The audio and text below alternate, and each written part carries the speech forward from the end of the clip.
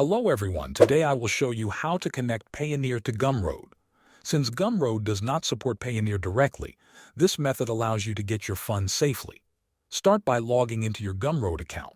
Once you are logged in, go to your settings. From there, navigate to the payments section.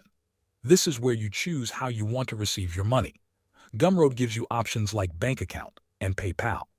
For this method, choose PayPal as your payout method and link your PayPal account. Some users have reported that you may need to set up a basic bank account first before adding PayPal or other payout options. Once your PayPal account is linked, Gumroad will pay out your earnings according to their schedule. Now, to get your money into Payoneer, log into your PayPal account. Use PayPal's built-in features to withdraw your funds. You can send them to a bank account or a debit card. If you want to access this money through Payoneer, link the same bank account or debit card to your Payoneer account. Another option is to use your Payoneer card, if you have one, to withdraw or spend the funds directly.